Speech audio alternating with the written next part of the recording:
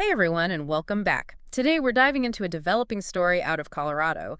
It's as gripping as it is terrifying. Definitely gripping. We're talking about the Mollie Kathleen Gold Mine, Yeah, usually a tourist hotspot, right. but yesterday things took a turn.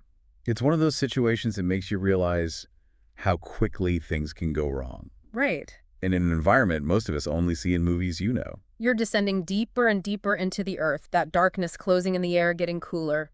You're practically in another world. But then the machinery that's your only link to the surface fails.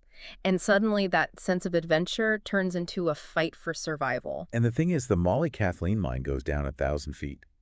That depth adds layers of complexity to the situation that most people don't realize. Okay, so before we get into that, let's quickly get you up to speed on what exactly happened. We've been poring over this Daily Beast article, 12 people stuck 1,000 feet underground after Colorado mine tour gone wrong. Here's the gist. Yesterday afternoon, a tour group was about halfway down the mine shaft, around 500 feet, when the elevator experienced what they're calling a mechanical issue. Now, I don't know about you, but even hearing the words elevator and mechanical issue together in the same sentence makes my stomach drop. Imagine being stuck in that situation. And at 500 feet, you're not just talking about a minor inconvenience. The elevator system is the lifeline for these deep mines. A malfunction at that depth is a major event. Exactly. Thankfully, the 11 people who were in the minecart at that 500-foot level were safely rescued. I can't imagine what was going through their minds, but hopefully they're recovering from that experience. Sadly, though, the sheriff's office did confirm one fatality. While we don't know all the details yet, it just underscores the gravity of what happened down there. Absolutely. And it adds another layer of complexity for the rescuers, both logistically and emotionally. But let's shift our focus to the 12 people who were still trapped. They were farther down at the 1,000-foot level when the elevator failed. Can you even imagine being 1,000 feet underground, completely cut off from the world? You're totally at the mercy of that rescue operation. And the psychological impact of that can't be overstated. You're in a confined space, surrounded by darkness. The weight of all that earth above you. Even if you're physically unharmed, that sensory deprivation can play tricks on your mind. It's giving me chills just thinking about it. To make matters worse, the sheriff's report mentioned that the trapped group might not even fully grasp the severity of the situation above ground. They know the elevator's down, obviously, but they have access to water-some blankets, and they're in communication with the rescue teams. It's a strange paradox, isn't it? Being in the loop, communication rise, but potentially shielded from the full weight of what's happening above. It makes you wonder about the conversations happening down there, the mix of fear and hope they must be grappling with. Absolutely. And speaking of hope, the article did say the rescue teams are doing everything they can to bring those folks home. They're starting by trying to fix the elevator, which makes sense. Oh, absolutely. When you're talking about an extraction from that depth, a functioning elevator is the ideal scenario. Yeah. It's the quickest and safest way to get people out, especially if the shaft itself has been compromised. Yeah. Relying on anything else, well, that's where things get really tricky. And the article mentioned that if they can't get the elevator working, they'll have to resort to rope teams. Can you imagine being part of that team? Rappelling down 1,000 feet into the earth?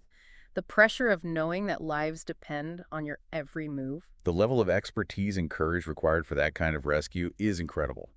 These are highly trained specialists who put themselves in harm's way to save others. And it's not just about physical strength. They need to be able to make critical decisions under immense pressure in a constantly changing environment. You mentioned earlier that the sheriff confirmed the air quality is good for the group that's trapped. But what does that actually mean? What are they checking for down there? Right, so when they say good atmospherics, they're mainly talking about ventilation and the presence of hazardous gases. Deep underground, you have the potential buildup of things like methane, carbon monoxide, even radon in some cases.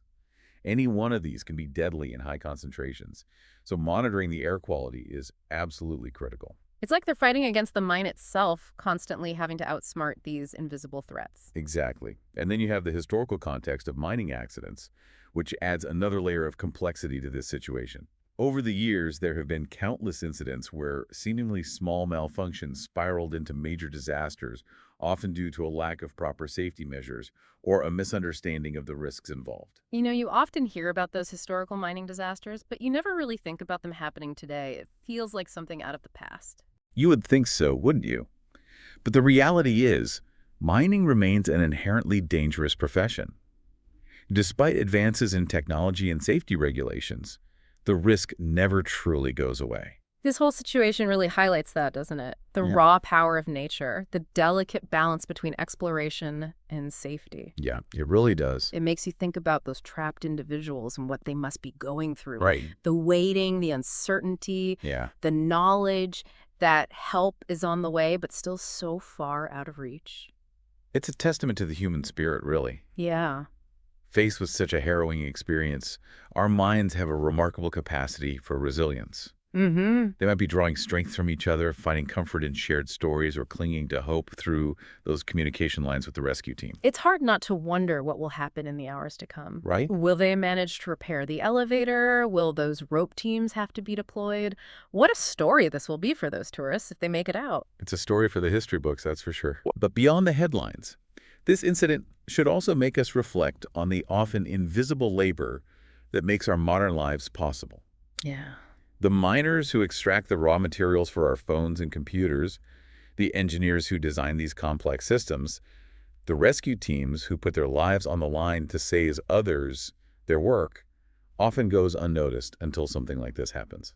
You're absolutely right. Yeah. This event is a stark reminder that beneath the surface of our everyday lives lies a hidden world of complexity and risk that we often take for granted. And that while technology has come a long way, it's still not foolproof. Right? There's always an element of risk, especially when you're dealing with the raw power of nature. It's a humbling thought. It is. As we wrap up this deep dive, it's hard not to feel a mix of emotions. Sure. There's concern for those still trapped, of course, but also a sense of awe at the resilience of the human spirit and the incredible dedication of the rescue teams working tirelessly to bring them home. I think that's a good note to end on. It's a reminder that even in the face of adversity, even when confronted with the unknown, there's always hope. Hope for a safe rescue, hope for healing, and hope that we can learn from these experiences to prevent similar incidents from happening in the future. We'll be keeping a close eye on the story as it develops, and we'll be back with any major updates. Please do. For now, let's all take a moment to appreciate the gift of being above ground, the value of human connection, and the importance of never taking our safety for granted. Until next time, stay curious, everyone.